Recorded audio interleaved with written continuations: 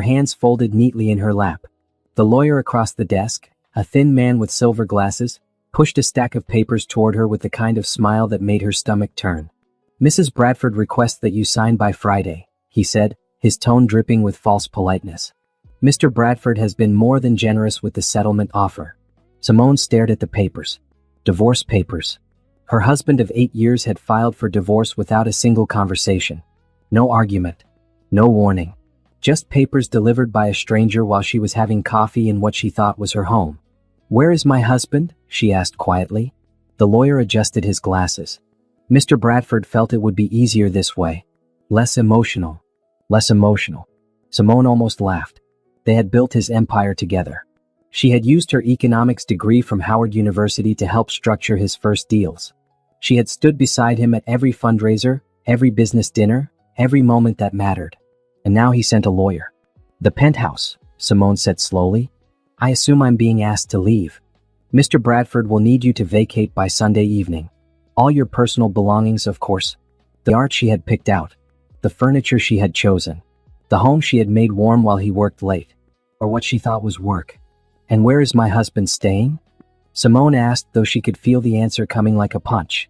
The lawyer shifted uncomfortably. "Mr. Bradford has taken up residence in the penthouse with his companion." He felt, since it's his primary residence. His companion. Simone's voice didn't shake. She wouldn't give this man that satisfaction. "You mean Natasha?" The lawyer didn't answer. He didn't have to. Everyone knew about Natasha. The 25-year-old marketing consultant who had joined Bradford's company 6 months ago.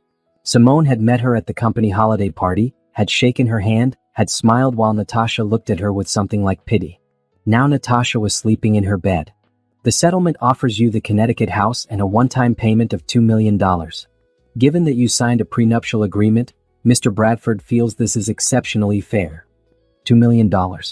Bradford's company was worth over $300 million. She had helped build it from $30 million when they married. And he was offering her less than 1%. Simone reached into her purse and pulled out her phone. Her hand was steady as she opened the voice recording app and set it on the desk. "What are you doing?" the lawyer asked, his smug smile fading. "I'm recording this meeting. I want to make sure I understand everything clearly. You said Mr. Bradford is currently living in the penthouse with Natasha. The same penthouse that's titled in both our names. Is that correct?" The lawyer's face paled slightly. "Mrs. Bradford, I don't think. Is that correct?" Simone repeated. "The property division is outlined in the settlement, which I haven't signed yet. So my husband is living in property that's half mine with another woman. I just want to make sure I understand the timeline. When did Natasha move in?" "I'm not at liberty to." "Last week? Last month? While I was still living there?" Simone leaned forward. "Because I left for my sister's house in Chicago just 3 days ago. I was gone for 72 hours. Did she move in during those 3 days, or was she already there?" The lawyer stood up. "Mrs. Bradford, I think we should schedule another meeting when you've had time to review the documents with your own attorney." "Oh, I'll have an attorney review everything." Simone stood too, gathering the papers. "But I want you to know something. I'm going to sign these papers. I'm going to be out of that penthouse by Sunday night. I'm going to make this very easy for Bradford and Natasha."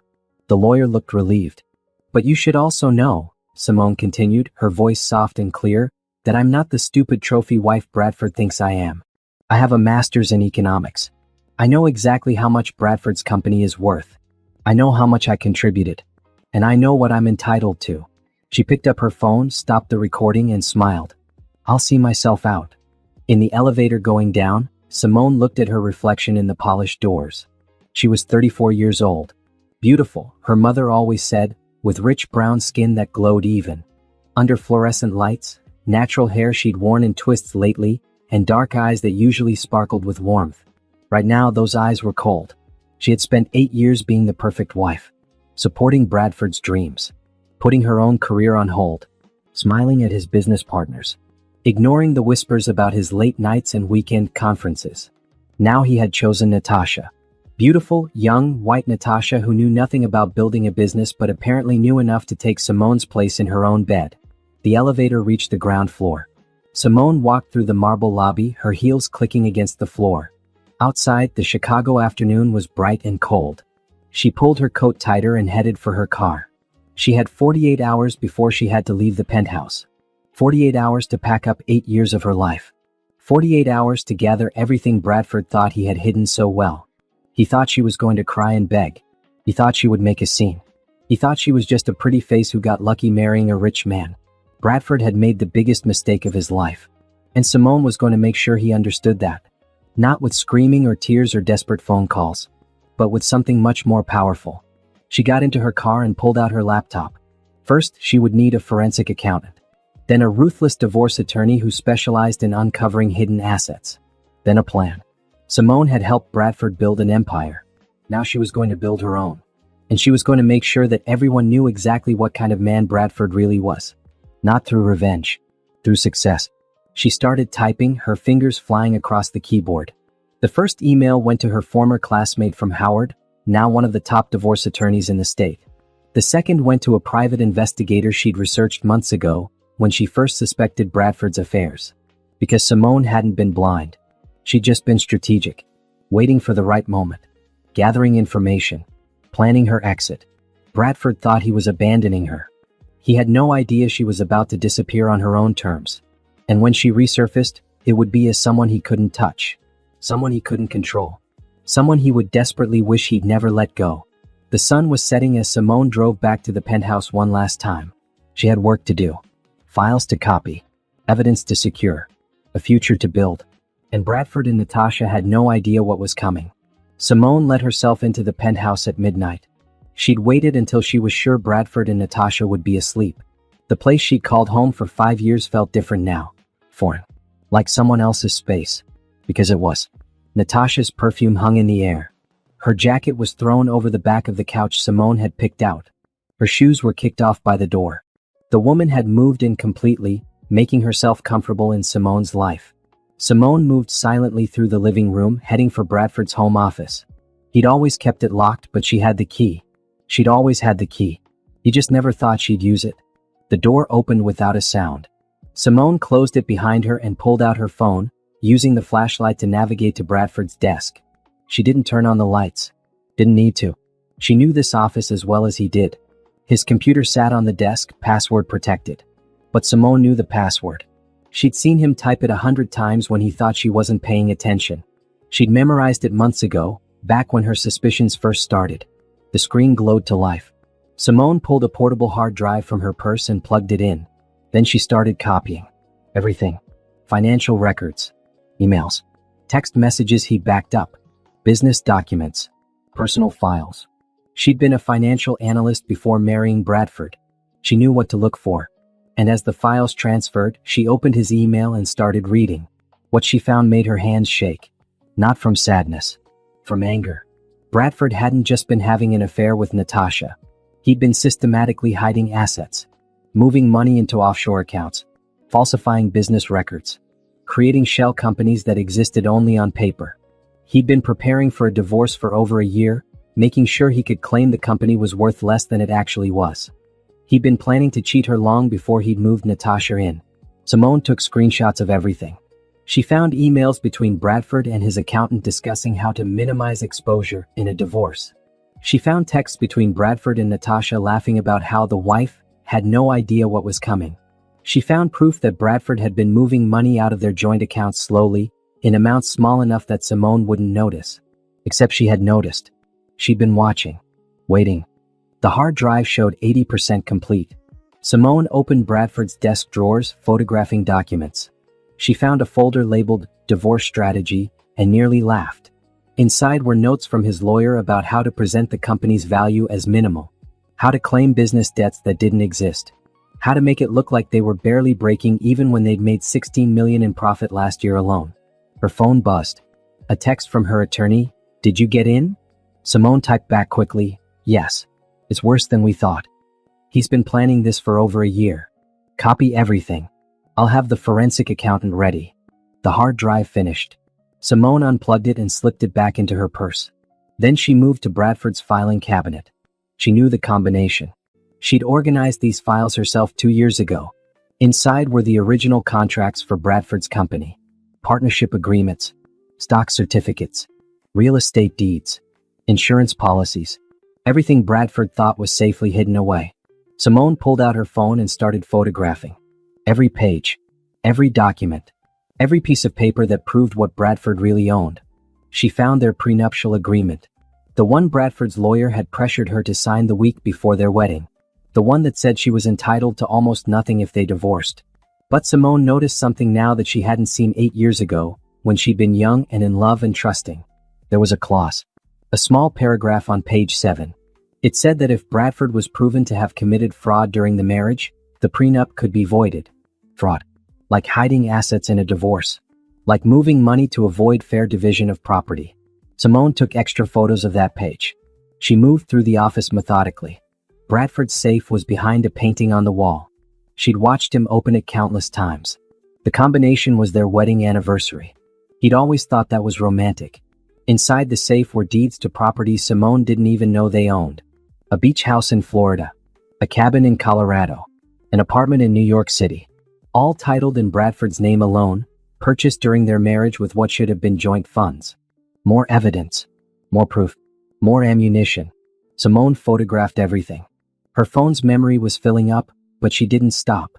She uploaded photos to a secure cloud account her attorney had set up. Everything backed up. Everything protected. A sound from the hallway made her freeze. Footsteps. Bradford's footsteps. She'd lived with him long enough to recognize his walk. Simone quickly closed the safe and rehung the painting. She shut down the computer and slipped behind the door just as the handle turned. Bradford walked in wearing only pajama pants. He flipped on the light, squinting in the sudden brightness. He walked to his desk, muttering under his breath, and grabbed his phone charger. Simone barely breathed. She was pressed against the wall behind the open door, invisible as long as Bradford didn't close it. Her heart hammered, but she stayed perfectly still. Bradford grabbed the charger and started to leave. Then he paused, looked around the office. His eyes swept the room like he sensed something was wrong. Simone's hand tightened on her phone. If he found her, she'd say she came to get something. A book. A file. Something innocent. But Bradford shook his head and walked out, leaving the door open behind him. His footsteps faded down the hallway. Simone waited 5 full minutes before she moved. Then she slipped out of the office, through the living room and out the front door. She didn't breathe normally until she was in the elevator going down. Back in her car, Simone pulled out the hard drive in her phone. She had everything. Bank records proving Bradford had hidden over $30 million. Emails proving he'd planned to cheat her in the divorce. Documents proving fraud. Evidence that would blow up his neat little settlement offer. She started the car and drove to her attorney's house. It was 2 a.m, but this couldn't wait. Her attorney, Patricia, answered the door in a robe. She took one look at Simone's face and stepped aside. "Come in." They spent the next 4 hours going through everything. Patricia's eyes grew wider with each document. "This is incredible," she said finally. "He's committed fraud on multiple levels. The prenup won't hold up. And if we can prove he moved assets specifically to avoid fair division." "We can," Simone said. She pulled up an email chain. "Look. He explicitly says in this email that he's moving money so I can't touch it in the divorce." Patricia smiled grimly. "He's an idiot.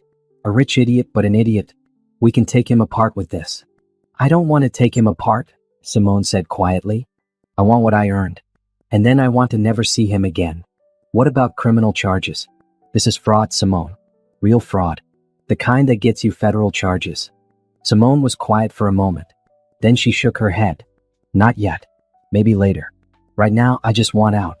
Out of the marriage, out of his life, out of Chicago." "Where will you go?" "Somewhere he can't find me. Somewhere I can start over." Patricia nodded.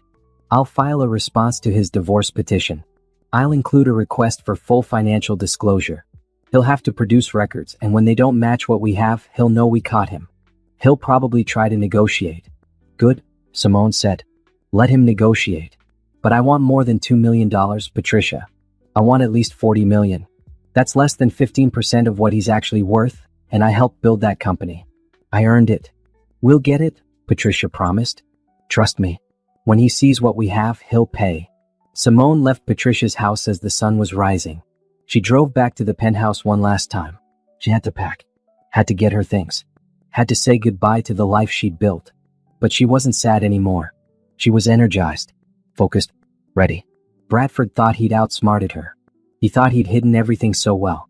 He thought she was just a pretty face who didn't understand business or money or law. He was about to learn how wrong he was. And by the time he realized his mistake, Simone would be gone. Vanished. Untouchable. She'd built him up once. Now she was going to build herself up. Higher than he'd ever climbed. Further than he'd ever dreamed. And he was going to watch it happen from a distance, powerless to stop her. That was the best revenge of all. Simone spent her last day in the penthouse packing methodically. Not everything, she didn't want everything. Just what mattered. Her clothes. Her books. Her grandmother's jewelry. Photos from before Bradford. Pieces of herself that had nothing to do with him. She left the designer bags he'd bought her. The expensive dresses she'd worn to his business dinners. The jewelry he'd given her on anniversaries while probably thinking about someone else. Let Natasha have it all. Let her think she'd won. Bradford wasn't home. He'd sent her a text that morning. Please be out by 8 p.m. I'll have movers come for the Connecticut house items next week. No apology. No explanation. Just instructions. Like she was staff being dismissed. Simone didn't respond. She just packed. Patricia called at noon. We filed the response. Bradford's attorney called me screaming within an hour. Apparently Bradford is very upset that we're requesting full financial disclosure. I bet he is, Simone said, folding a sweater. They want to meet. Negotiate. Bradford apparently wants to be reasonable and avoid a long court battle. How much is he offering now? 20 million. Simone stopped packing. 20 million? He knows we have something. He doesn't know what, but he knows. He's scared. Patricia was quiet for a moment. That's playing hardball. He played hardball first. I'm just playing smarter. I'll make the call. But Simone, even if he agrees, it'll take weeks to finalize. Where are you going in the meantime? I have a plan, Simone said. Don't worry about me. She hung up and continued packing. By 4 p.m., everything she wanted fit in her car. Everything else, the furniture, the art, the life she'd built, she left behind. She walked through the penthouse one last time. The living room where she'd hosted dinner parties. The kitchen where she'd made breakfast every Sunday. The bedroom where she'd slept beside a man who'd been planning to betray her. She felt nothing. This wasn't her home anymore. Maybe it never really had been. Simone locked the door behind her and left the keys on the hall table with a note. I'm out. Don't contact me. Your attorney can reach mine. She drove straight to a storage unit she'd rented under her maiden name. Everything went inside except one suitcase. Then she drove to the airport. Her phone rang. Bradford. She didn't answer. He called again. Then again. Then a text. Where are you? Your attorney is threatening me. What's going on? Simone blocked his number. Then she blocked Natasha's. Then she blocked everyone connected to Bradford's world. His friends.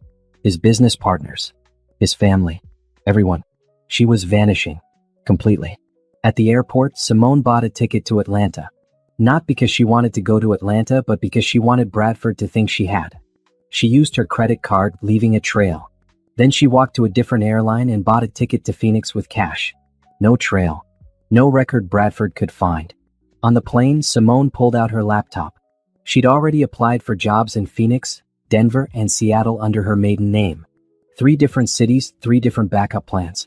She wasn't sure where she'd end up, but it wouldn't be anywhere Bradford expected. Her phone buzzed with a blocked number. She ignored it. It buzzed again. Then a voicemail appeared.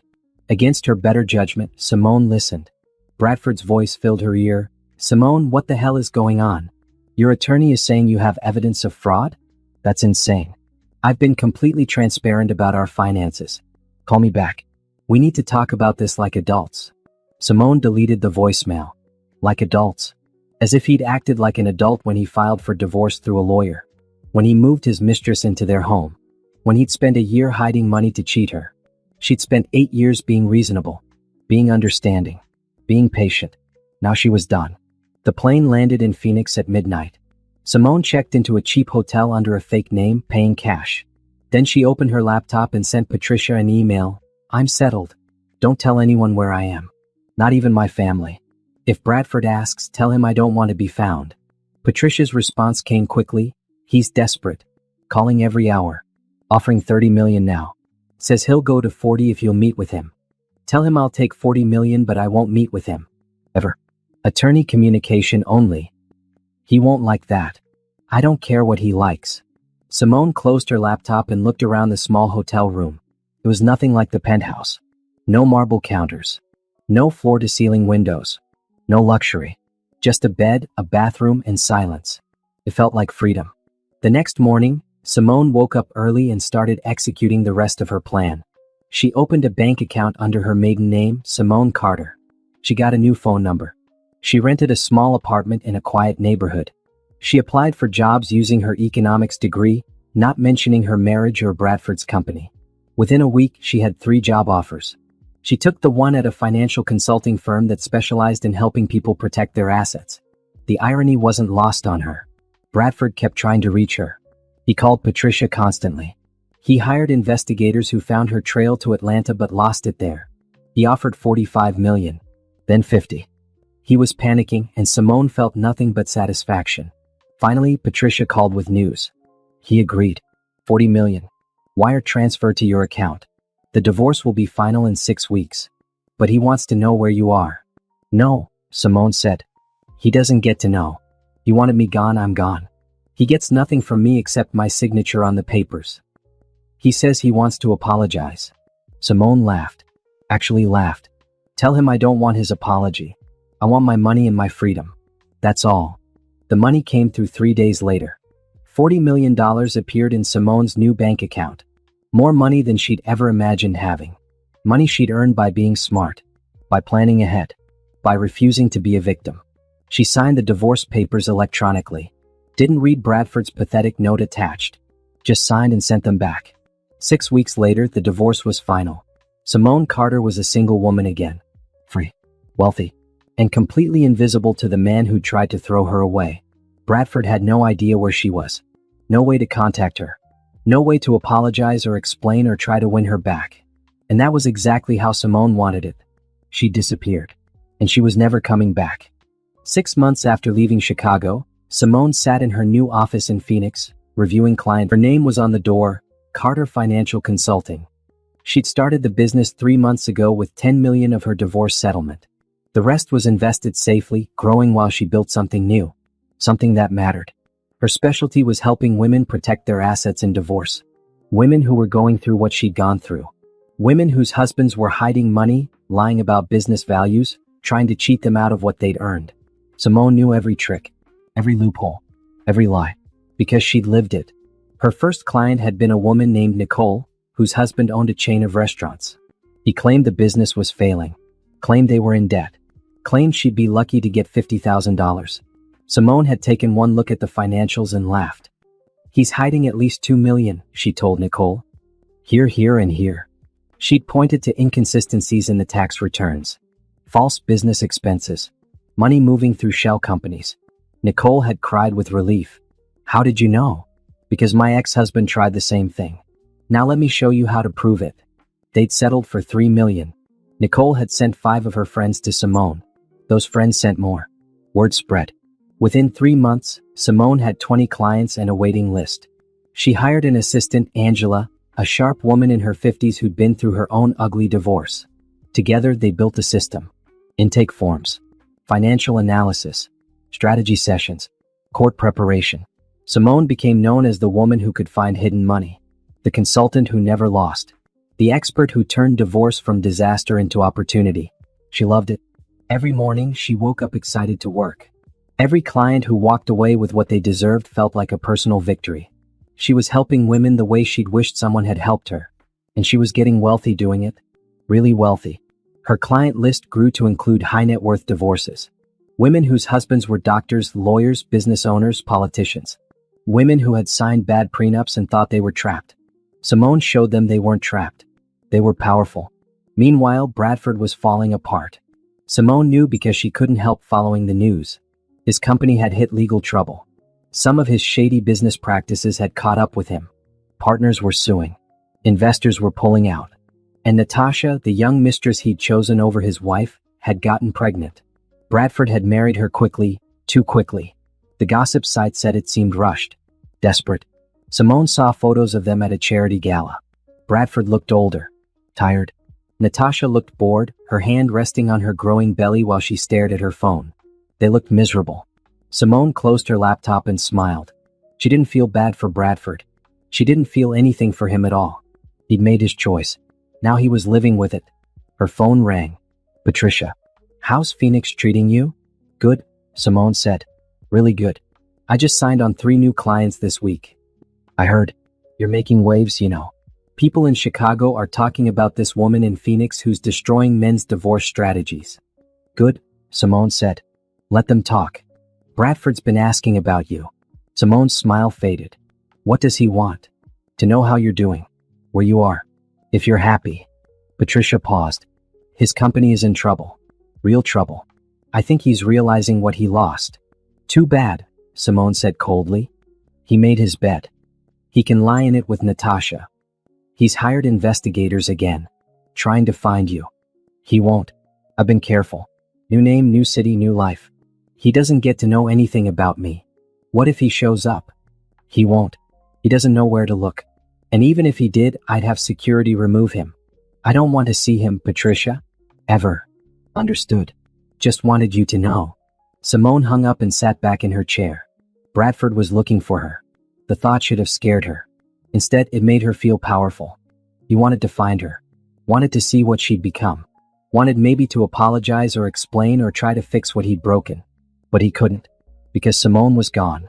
The woman he'd married, the woman he'd dismissed as just a pretty face, didn't exist anymore. In her place was someone stronger. Smarter. More successful than he'd ever be. That night, Simone went home to her apartment. It was small compared to the penthouse, but she'd decorated it herself. Her colors. Her style. Her choices. No compromises. No trying to please anyone but herself. She made dinner, pasta with vegetables, simple and satisfying. She ate on her couch while watching a financial podcast. Then she opened her laptop and worked on her website. Carter Financial Consulting was growing. She needed to hire another analyst. Maybe 2. She was getting calls from California, Texas, even New York. Women wanted her help. Needed her expertise. She was building an empire. Not Bradford's empire that she'd helped create. Her own empire. Built on helping other women. Built on justice and fairness and making sure men like Bradford couldn't cheat their way through divorce. Simone looked at her reflection in the dark window. She barely recognized herself from 6 months ago. She'd let her hair grow natural. Stopped wearing the designer clothes Bradford had preferred. Started dressing in ways that made her feel comfortable and confident rather than polished and perfect. She looked like herself again. For the first time in 8 years. Her phone buzzed. A text from her sister. Mom wants to know when you're coming to visit. She misses you. Simone smiled. Soon. Tell her I love her. She'd kept her family at a distance during the divorce. Not because she didn't trust them, but because she didn't want Bradford using them to find her. Now that things had settled, she could reconnect. On her terms. Another text, this one from Angela. Tomorrow's client just sent over her husband's financial statements. You were right. He's hiding money in a cryptocurrency account he doesn't think we can trace. Simone typed back, we can trace anything. I'll show you tomorrow. She set down her phone and looked around her apartment. Small. Modest. Quiet. Hers. This was success. Not the penthouse or the designer clothes or the billionaire husband. This freedom. Purpose. Control over her own life. Bradford could keep looking for her. He could wonder where she went. He could regret his choices. Simone didn't care. She disappeared from his world. And she was never going back. She was too busy building something better. In Chicago, Bradford paced his penthouse office at 3 a.m, his phone pressed to his ear. His third private investigator in 6 months was giving him the same news as the others. Mr. Bradford, I'm sorry, but the trail goes cold in Atlanta.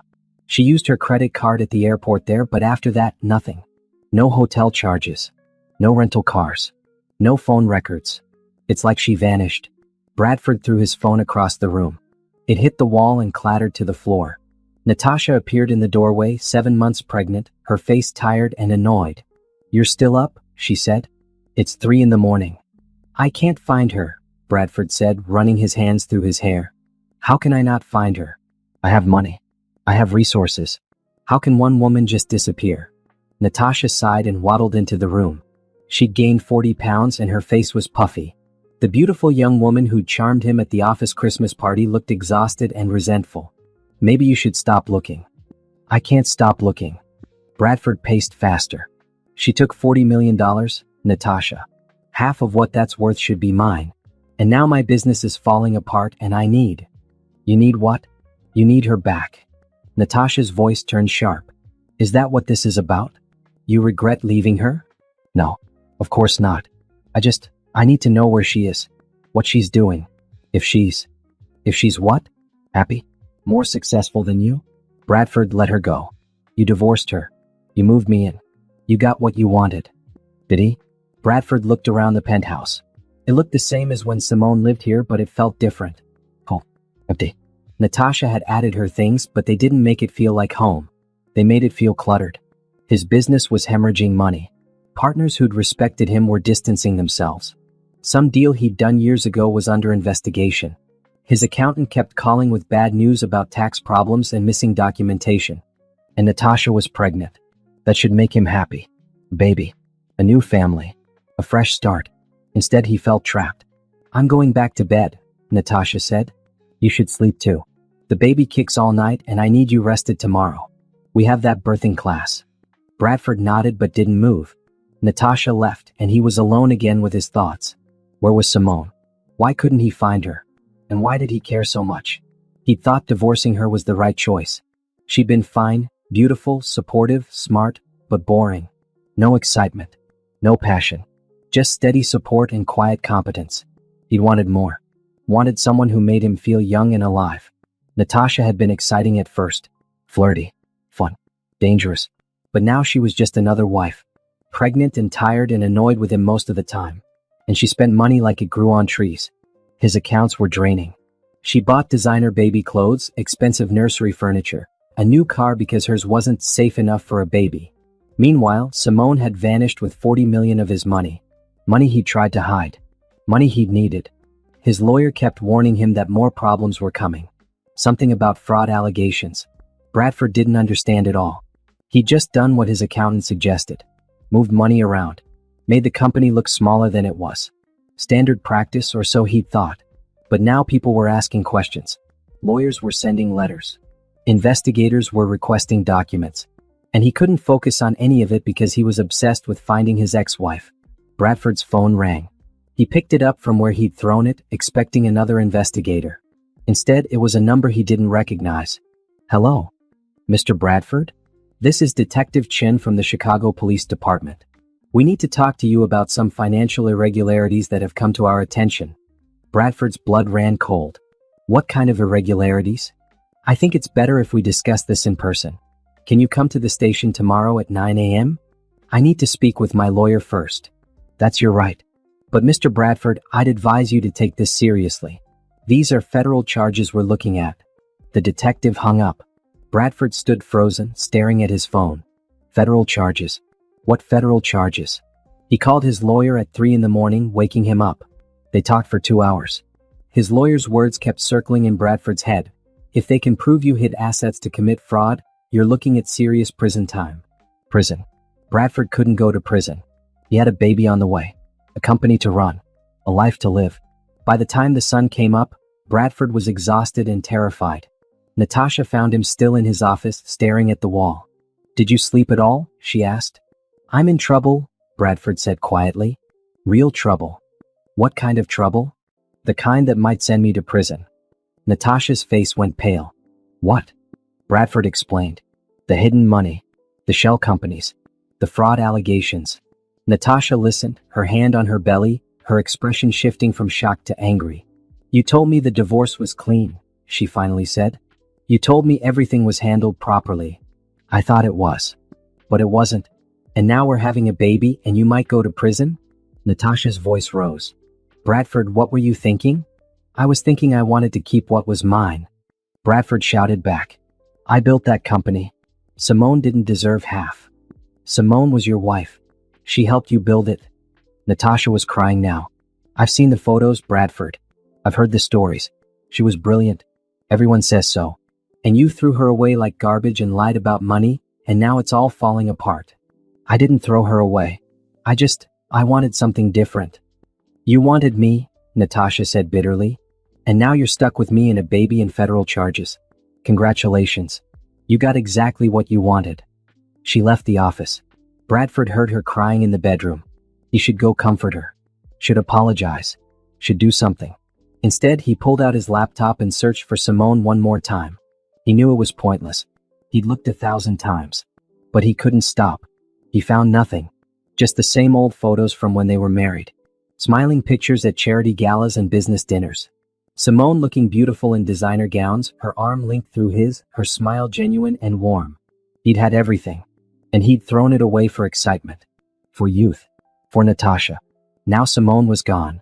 His business was crumbling. His new wife resented him. And he might be going to prison. Bradford closed his laptop and put his head in his hands. For the first time since filing for divorce, he let himself cry. What had he done? Simone stood on stage at the National Women's Financial Summit in Dallas, facing an audience of 300 women. She wore a sharp blue suit, her natural hair styled in an elegant updo, her makeup minimal but perfect. She looked confident. Powerful. Nothing like the woman who'd sat in a lawyer's office a year ago being handed divorce papers. "I want to tell you about a client," Simone said, her voice carrying through the conference hall. "Let's call her Jennifer." Jennifer's husband was a successful surgeon. They'd been married 20 years. She'd put him through medical school, raised 3 kids, managed his practice during the early years. And when he filed for divorce, his lawyer offered her $50,000 a year in alimony and nothing else. The audience murmured angrily. Jennifer's husband claimed he had debts, claimed the practice was struggling, claimed she wasn't entitled to anything because she didn't work outside the home. Simone paused. But I looked at his financials. And you know what I found? The audience leaned forward. He'd purchased 3 rental properties in his brother's name. He'd opened a separate medical practice under an LLC that didn't show up in his personal assets. He'd been moving money for 5 years, preparing for a divorce Jennifer didn't even know was coming. Simone smiled. By the time we were done, Jennifer walked away with $4 million and half ownership of the rental properties. The audience erupted in applause. Simone waited for it to die down before continuing. "That's what I do. I find what men hide. I prove what they lie about. And I make sure women get what they've earned." She looked out at the sea of faces. Because divorce isn't about revenge. It's about justice. More applause. After her speech, women lined up to talk to her, to ask questions, to thank her, to hire her. Simone's business had exploded in the past 6 months. She'd hired 5 analysts, opened an office in Dallas, and was planning a 3rd location in Los Angeles. Her client list included CEOs, doctors, lawyers, and women married to men worth hundreds of millions. She'd become nationally known. Articles about her appeared in business magazines. She'd been interviewed on financial podcasts. She'd written an op-ed for a major newspaper about protecting assets in marriage. Carter Financial Consulting was becoming a household name. And Simone was becoming wealthy. Really wealthy. Her own investments had tripled. She'd started a foundation to help low-income women afford legal representation in divorce. She'd bought a beautiful house in the Phoenix Hills with a view of the mountains. She was living the life she'd always dreamed of. Not as someone's wife. As herself. Her phone buzzed during a break in the conference. "Patricia." Simone stepped into the hallway to take the call. "I have news," Patricia said. "Bradford's being investigated by the FBI." Simone froze. "What? Remember all that evidence you gave me? The hidden accounts, the fraud, the shell companies? Someone gave it to federal investigators. They're building a case. Who gave it to them? I don't know. But Simone, they're calling it one of the biggest divorce fraud cases in Illinois history. If they can prove he deliberately hid assets to cheat you, he's looking at prison time." Simone was quiet for a moment. She should feel triumphant, vindicated, happy that Bradford was facing consequences. Instead, she felt nothing. Bradford's legal problems weren't her concern anymore. She'd moved on, built something new. She didn't need him to suffer. She just needed him to be irrelevant. "Thanks for letting me know," Simone said.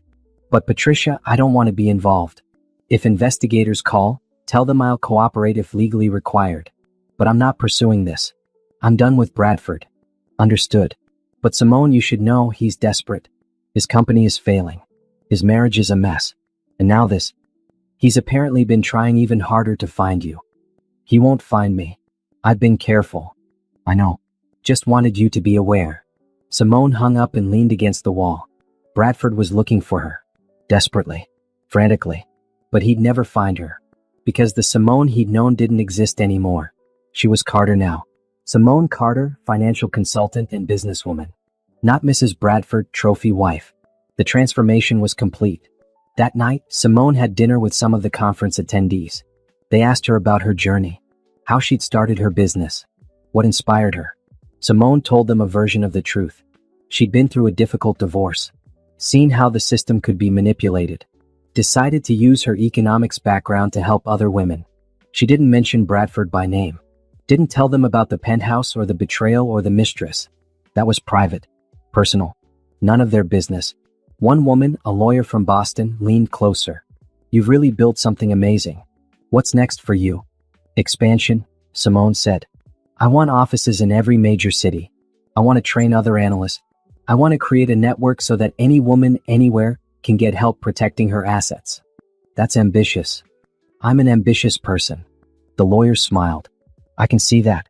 You know, I have clients who'd benefit from your services. Can I refer them? Please do. Business cards were exchanged.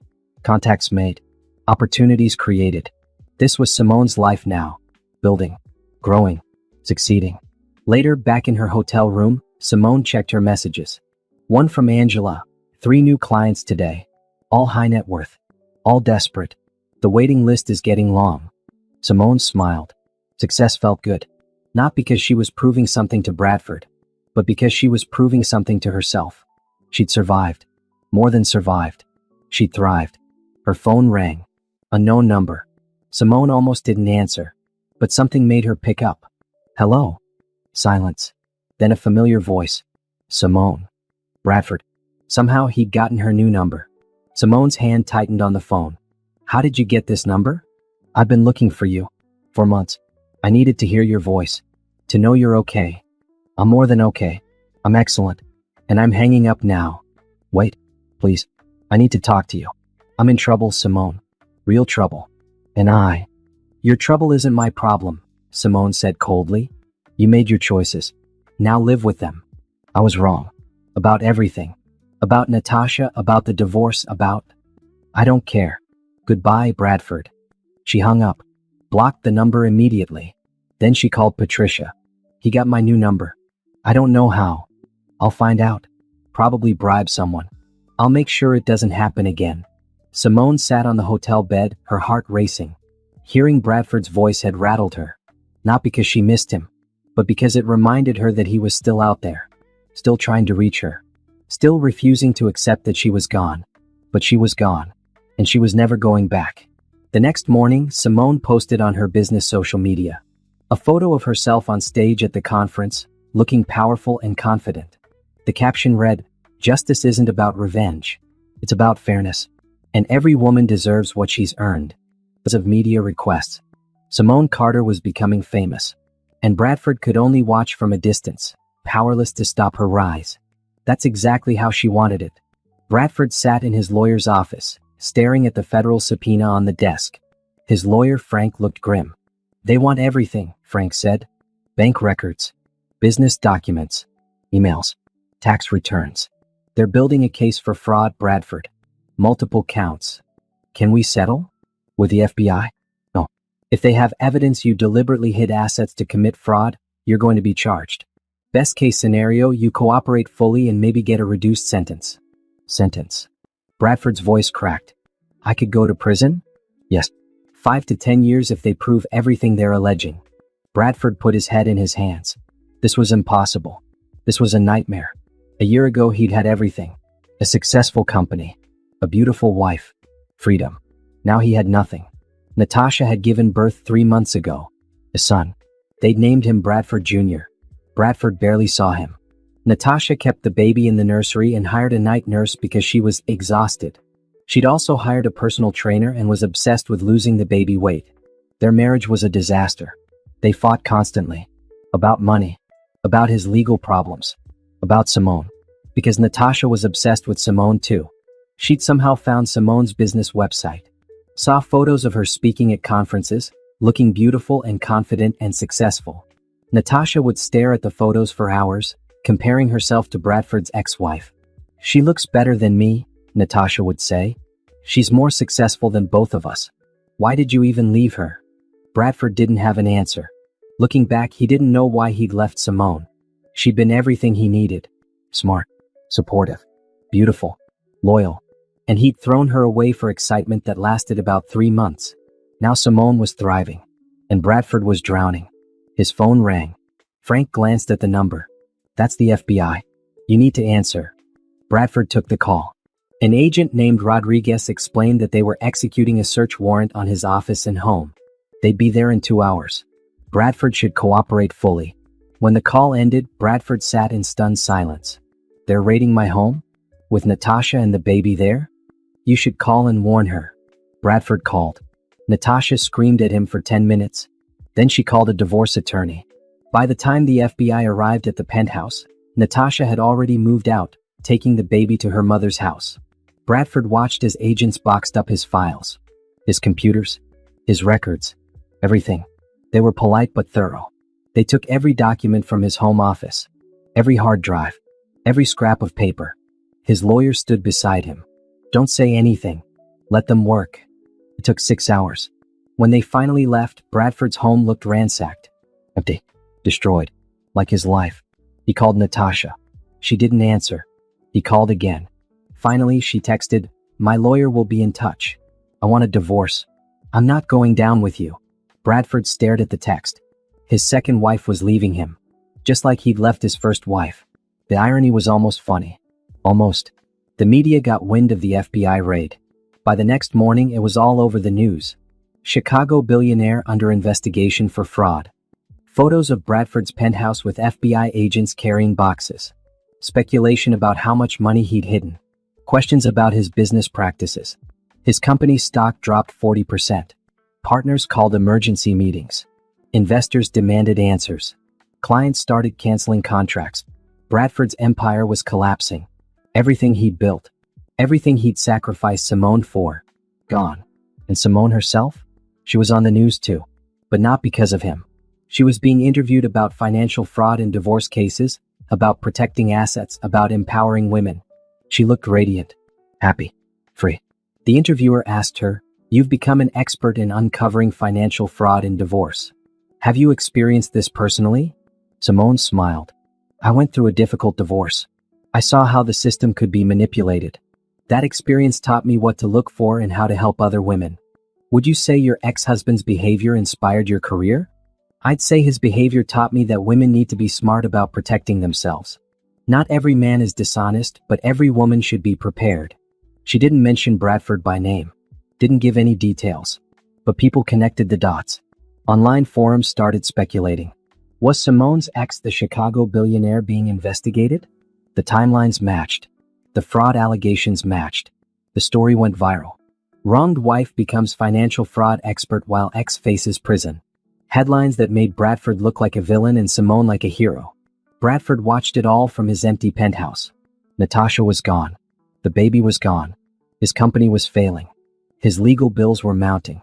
And Simone was everywhere, succeeding, thriving, winning. He'd lost everything. And she'd gained everything. His phone rang. "Frank, they're officially charging you. Multiple counts of fraud, tax evasion, falsifying business records. Bradford, you need to prepare yourself. This is serious." How serious? 20 years if they prove everything. Maybe 15 with a plea deal. Bradford hung up and walked to the window. Chicago stretched out below him. The city where he'd built his empire. The city where he'd destroyed his life. He thought about calling Simone, begging her to help him. But what could she do? And why would she? He'd betrayed her, humiliated her, tried to cheat her out of millions. She owed him nothing. Another text from Natasha's lawyer. She was demanding full custody of the baby, demanding spousal support, demanding everything. Just like he tried to take everything from Simone. Bradford laughed. Actually laughed. The universe had a sense of humor after all. He tried to destroy Simone. Instead, he destroyed himself. And Simone? She'd built an empire from his ashes. Simone stood in her new Los Angeles office, looking out at the city skyline. The space was beautiful, modern, bright, with floor-to-ceiling windows and sleek furniture. Her third office in 18 months. The expansion was happening faster than she'd planned. Angela walked in with a tablet. "The app is ready to launch. Tech team says everything's tested and working perfectly." The app. Simone's next big project. A tool that would help women track their finances, identify red flags in their partner's spending, and connect with financial advisors and lawyers. She'd invested $2 million in development. The tech press was already buzzing about it. What are we calling it? Angela asked. Safeguard, Simone said. Because that's what it does. It safeguards women's financial futures. I love it. Press release goes out tomorrow. Launch is next week. Simone nodded. She was nervous. The app was ambitious. If it succeeded, it would revolutionize how women approached financial security in relationships. If it failed, she'd lose millions. But Simone had learned to trust her instincts. And her instincts said this was important. The launch happened on a Monday morning. Within hours, Safeguard had 10,000 downloads. By evening, 50,000. By the end of the week, 500,000. The app went viral. Women's outlets covered it. Financial experts praised it. Simone was everywhere, on morning shows, in podcasts, in magazines. And she couldn't hide anymore. The press found out who she was. Found out about Bradford. Found out about the divorce and the fraud investigation and everything. Headlines screamed, "Billionaire's ex-wife builds empire while he faces prison." Photos of Simone appeared everywhere. Not old photos from her marriage. New photos. Simone at conferences. Simone in her offices. Simone looking powerful and successful and happy. And Bradford saw all of it. He called her. She didn't answer. He emailed. She blocked him. He showed up at her Phoenix office. Security stopped him at the entrance. Simone watched from her office window as Bradford argued with the guard, gesturing frantically. She picked up her phone and called security. "Let him make a scene," she said calmly. "Then call the police if he won't leave. I don't want to talk to him." Bradford left before the police arrived. But that night, he sent an email to her business account. Simone almost deleted it, but curiosity made her open it. "Simone, I know you don't want to hear from me. I know I don't deserve your time. But I'm asking anyway. I'm begging. I've lost everything.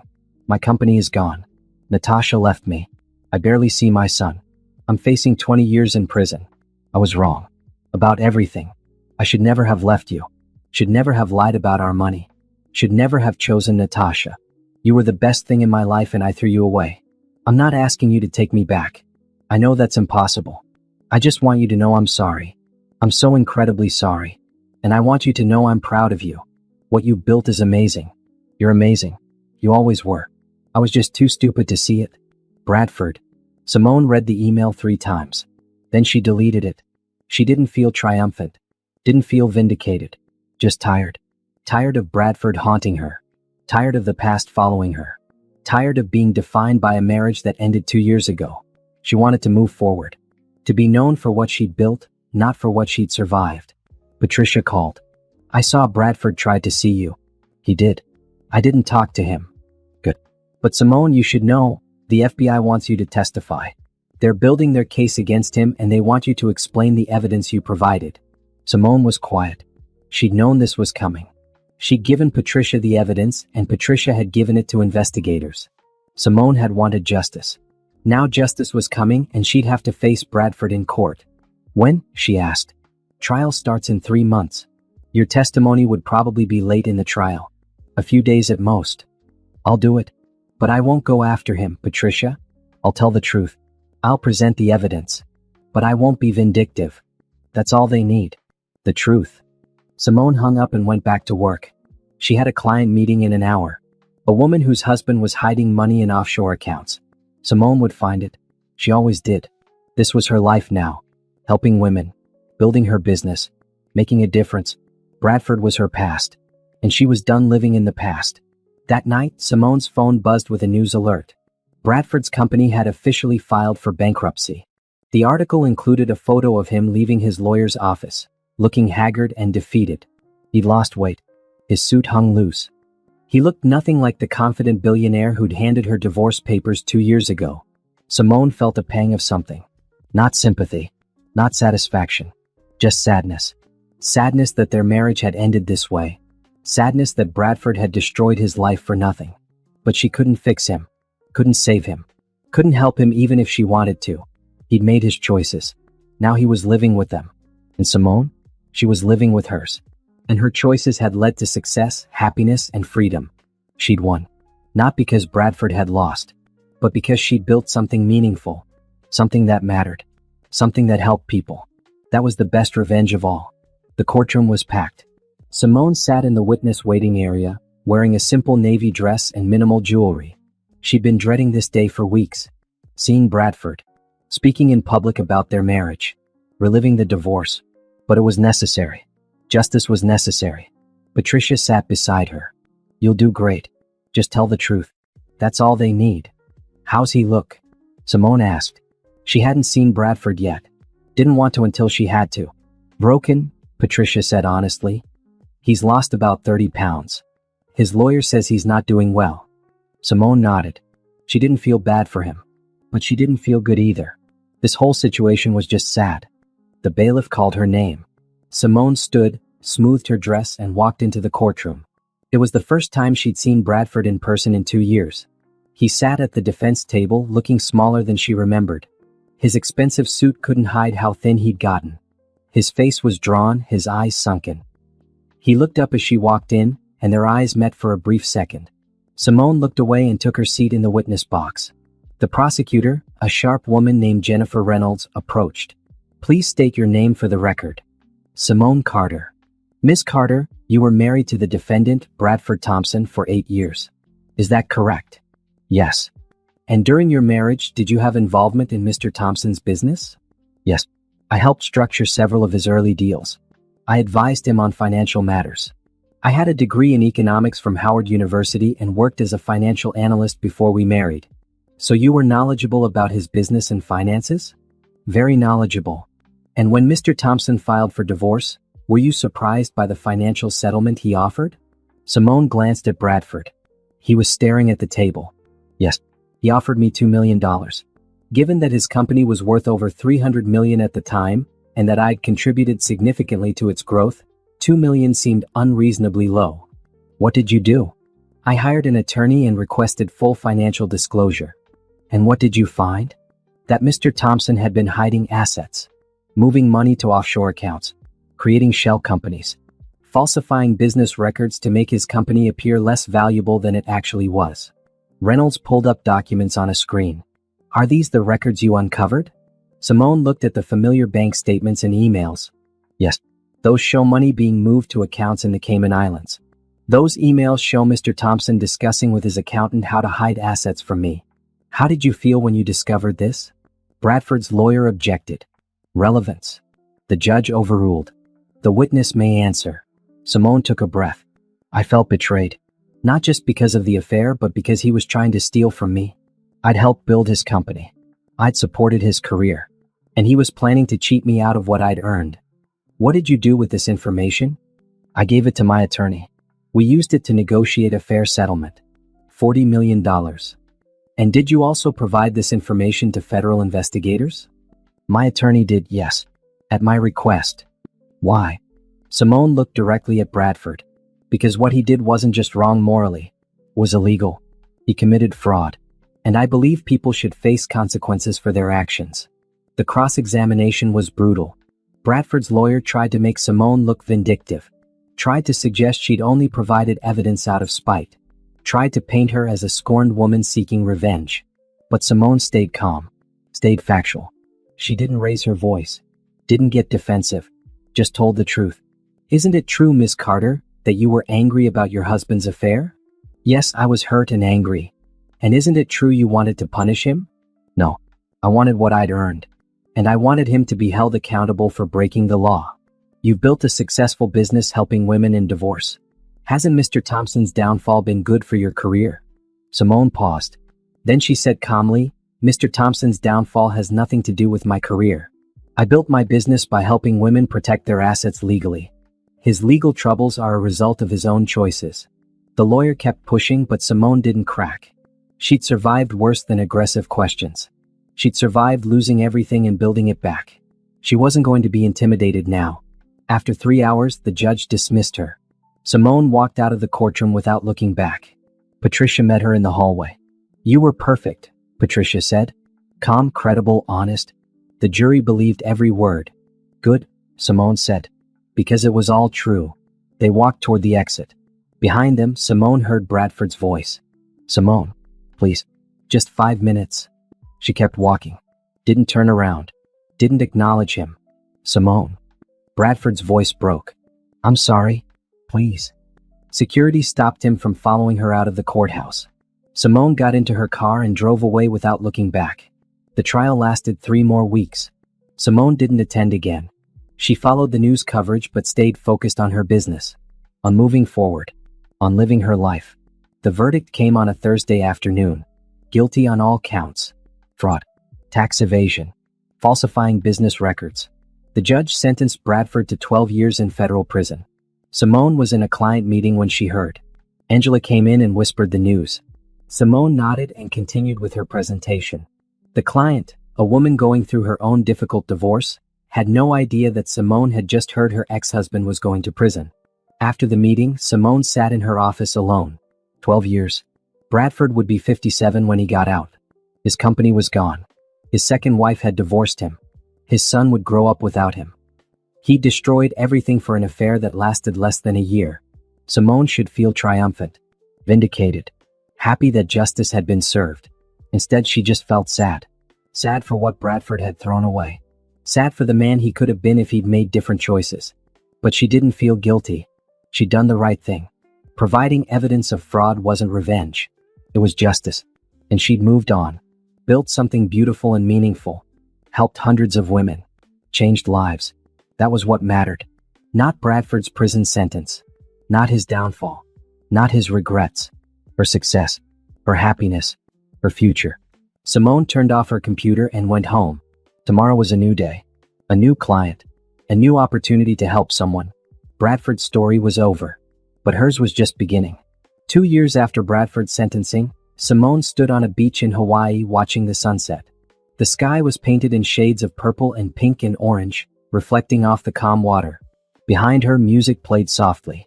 Laughter drifted from the reception area where guests were gathering. Today was her wedding day. Not to Bradford. Never to Bradford. To someone completely different. His name was Thomas. He was a civil rights attorney she'd met at a conference 8 months ago. He was thoughtful, kind, and funny. He treated her like an equal partner, not a trophy or an accessory. He knew about her past and didn't care. He loved her for who she was now. They'd gotten engaged after 6 months. Quick, maybe, but Simone knew what she wanted. She'd wasted 8 years with the wrong man. She wasn't going to waste time with the right one. The wedding was small. Just close friends and family. No big gala. No press. Just people who mattered celebrating something real. Angela stood beside Simone as her maid of honor. Patricia was there. Her sister and parents.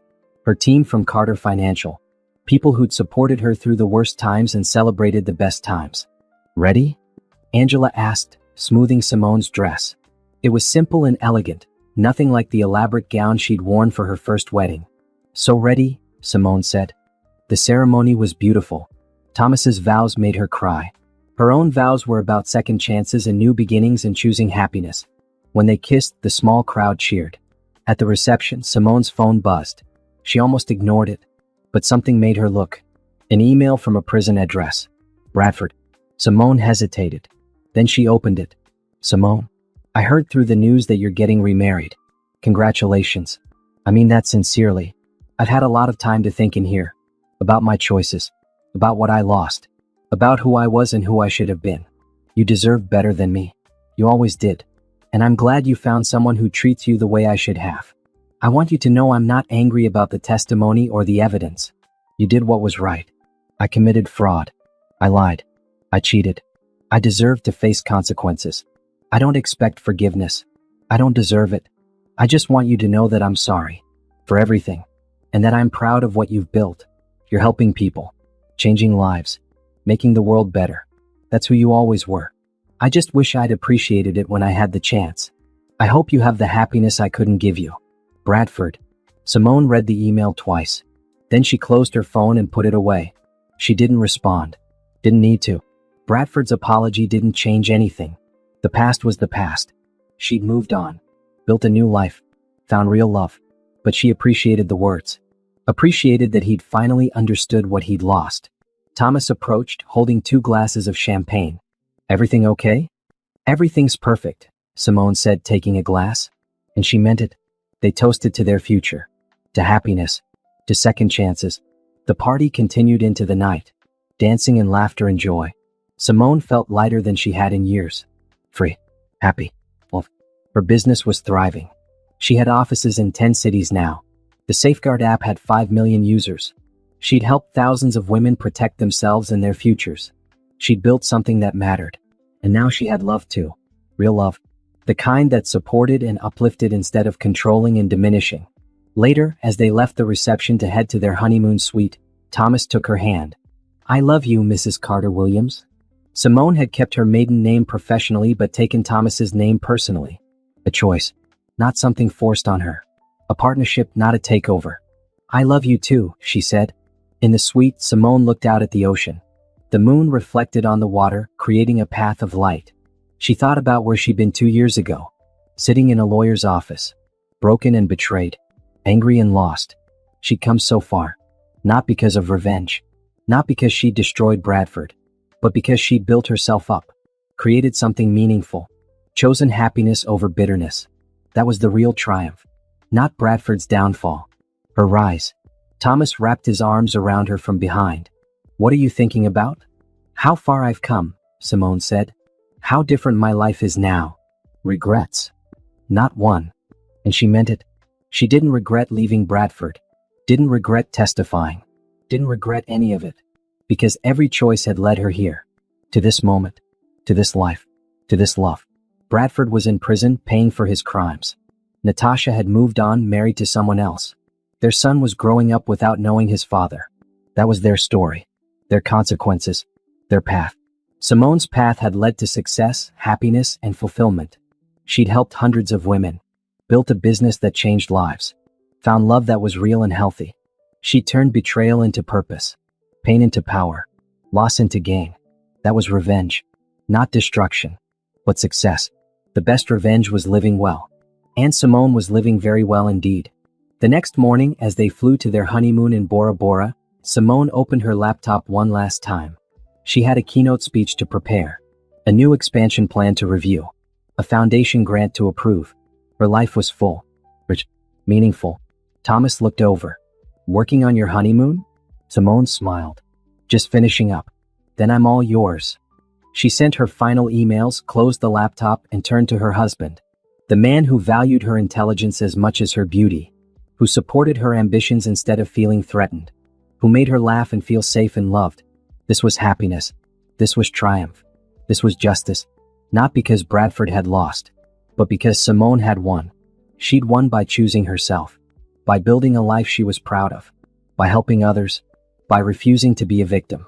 And as the plane flew over the ocean toward their honeymoon, Simone looked out the window and smiled. She'd left behind the penthouse, the billionaire husband, the fake perfect life. And she'd gained everything that really mattered. Freedom. Purpose. Love. Success.